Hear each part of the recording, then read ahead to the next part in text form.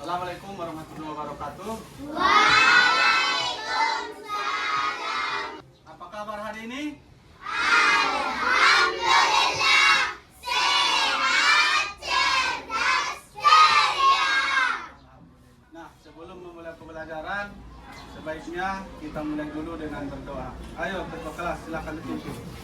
Sebelum memulai pelajaran, mari kita berdoa. Berdoa mulai. Bismillahirrahmanirrahim.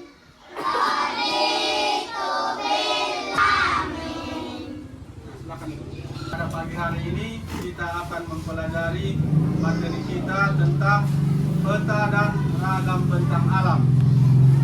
Jadi setelah mempelajari ini, Bapak harapkan anak-anak sekalian nantinya bisa mengerti atau bisa membaca apa maksud dari gambar yang ada di peta.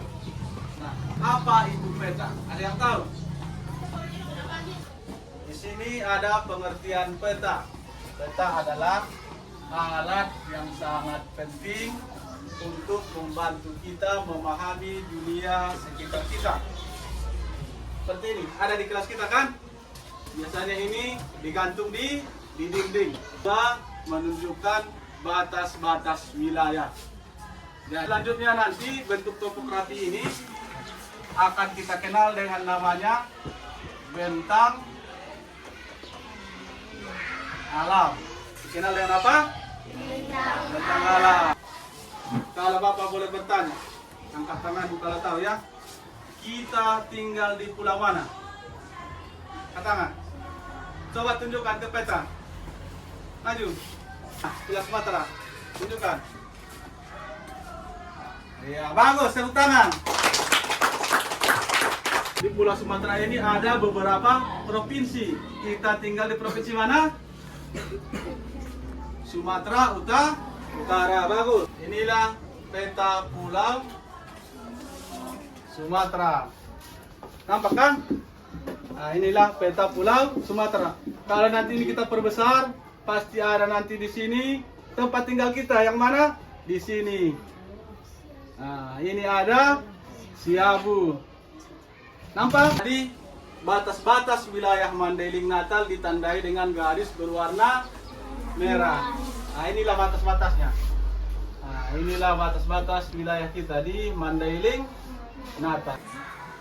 Ini ada tempat yang lebih tinggi. Tinggi kan? Ini yang paling tinggi kan? Ini kita sebut dengan apa namanya? Gunung. Apa? Gunung. Yang paling tinggi inilah kita sebut dengan gunung.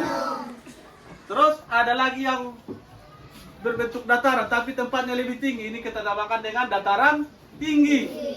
Terus ke tempat ini, ke tempat pemukiman ini seperti sawah-sawah ini kita namakan dengan dataran rendah. Begitu kan? Sama nih dong. Baru selamping dataran rendah, adung busi ada peyeson warna biru. Ini ada lagi yang berwarna biru. Ini namanya laut. Apa? Laut. Tadi bentuk permukaan tanah Bapak bilang berbeda. Ada yang tinggi menjulang, dinamakan dengan gunung. Tinggi menjulang dinamakan dengan gunung. Ada yang berbentuk dataran tapi tempatnya lebih tinggi daripada yang di bawah. Ini dinamakan dengan dataran tinggi. Yang di bawah dinamakan dengan dataran rendah. Terus ke bawah lagi ada di sini berwarna biru dinamakan laut. Pembatas laut dengan daratan kita sebut dengan pantai. Paham? Mau dong? Gunungan, dataran tinggi, dataran rendah, pantai, laut, sungai. Ada lagi yang belum Bapak sebutkan? Ada. Bapak tadi lupa menyebutkan danau. Apa? Danau. Di Sumatera Utara ada danau yang sangat luas. Ada yang tahu namanya? Danau Toba. Coba kita cari dulu Danau Toba. Nampak di situ bacanya Samosir. Yang disebut dengan danau. Danau adalah tikungan luas di atas permukaan bumi yang digenangi oleh air. Betul?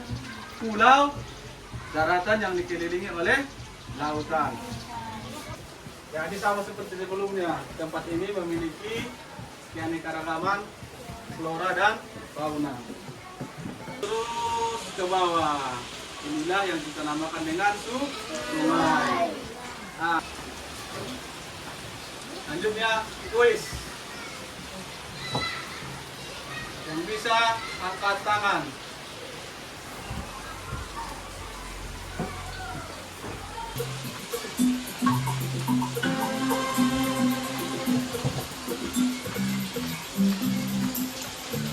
Batas antara daratan dan lautan disebut dengan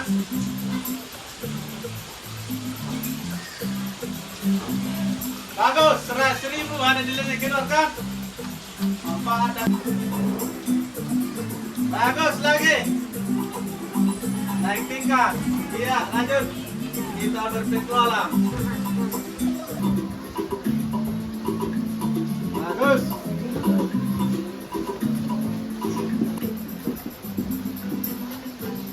Salah.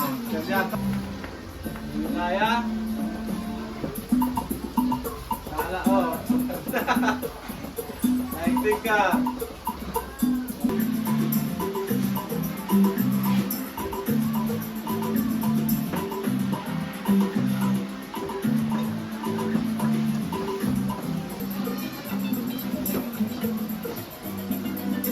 Pertanian, perkebunan, peternakan, industri, perumahan, dan perkantoran. Lalu, silakan dulu. Oke, nanti kita lanjutkan ya.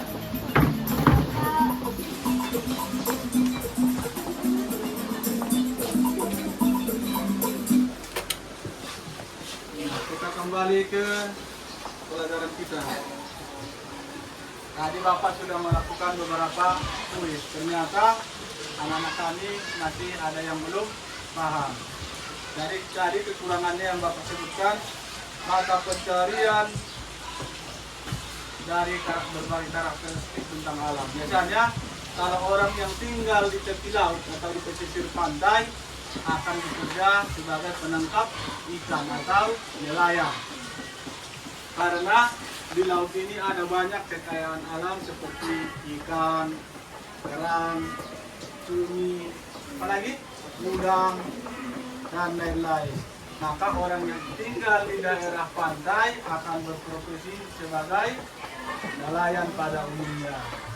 Orang yang tinggal di daerah dataran rendah akan bekerja sebagai petani sawah pada umumnya dan petani sayuran.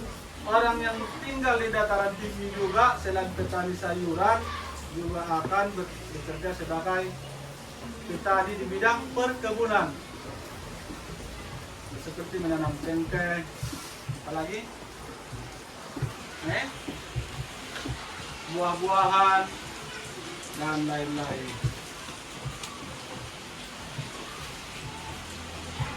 Nah, mungkin untuk pembelajaran kali ini sebelum Bapak tutup, ada yang ingin ditanyakan?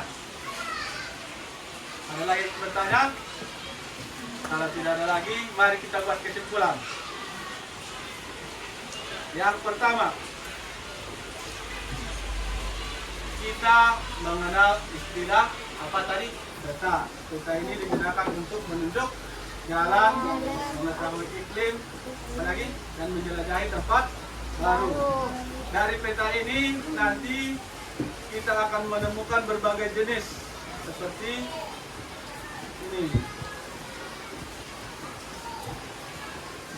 Ada peta fisik, ada peta politikal. Jadi peta fisik ini menampilkan bentuk tanah.